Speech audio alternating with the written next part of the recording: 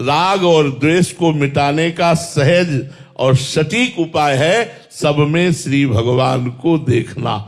जड़ चेतन जग जीव जत सकल राम में जानी, बंदो सबके पद कमल सदा जोरि जुग पाल। हम अपनी तरफ से द्वेष न रखें तो सबके हृदय में भगवान है, वो कृपा करके हमको द्वेष रहित कर देंगे और सामने वाले को भी द्वेष रहित कर देंगे।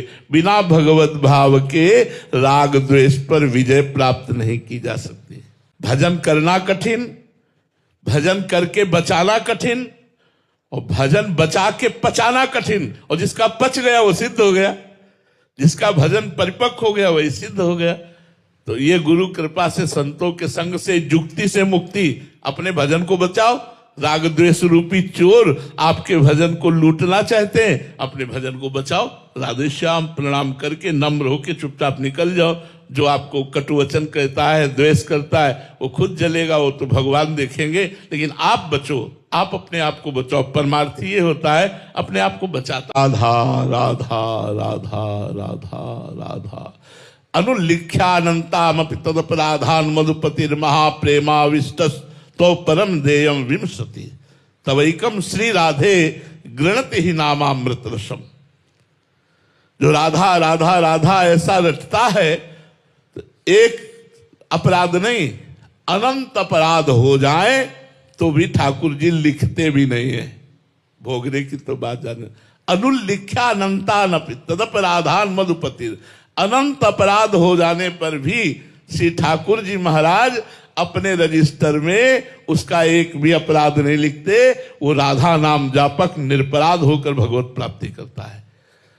राधा राधा रटो भगवान का नाम। जैसे राधा नाम की महिमा है ऐसे सब भगवान के नाम की महिमा है। जिनको गुरु जी ने जो नाम दिया है वो सब महान है, क्योंकि हमारे भगवान के अनंत नाम है, अनंत रूप है, अनंत लीला है, अनंत उनका वैभव है।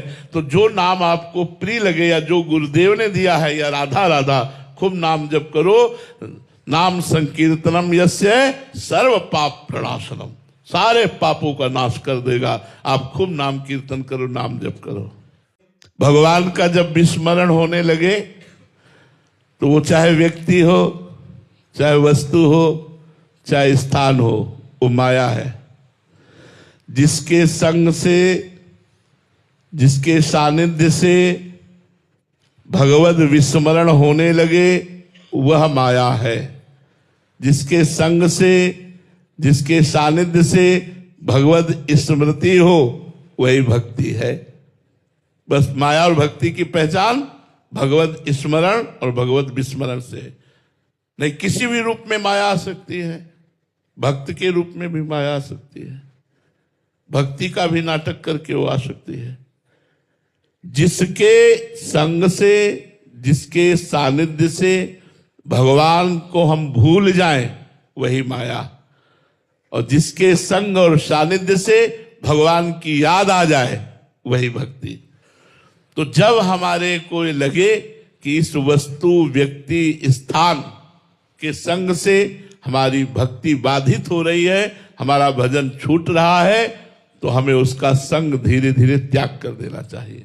भगवान के नाम जप में, भगवान के चिंतन में जो बाधा पहुंचा दे वो भोजन न करो, उस व्यक्ति का संग न करो, उस स्थान पर न जाओ, वो दृश्य न देखो, वो बात न सुनो, तो धीरे धीरे मन प्रभु में लग जाएगा और माया का विघ्न शांत हो जाएगा। दुखों से और इच्छाओं से मुक्ति पाने के लिए ही भगवान से प्यार कर लो, कर तो लो, किसी भी तरह कर लो। पर इसकी पहचान ये है कि जब प्रतिकूलता आवे, दुख आवे और आपका भजन न रुके, आप भगवान से प्रश्न न करें, आप क्यों हमारे साथ ऐसा कर रहे हैं। ये प्रश्न नहीं होना चाहिए। समर्पण में प्रश्न नहीं होता। जैसे समर्पण है तो भगवान हमारे साथ ऐसा क्यों हो रहा है, ये प्रश्न नहीं होना चाहिए। अगर ये प्रश्न है तो समर्पण नहीं है, फिर अभी भगवान की वो भक्ति नहीं है जो भगवत प्राप्ति करा सकती है।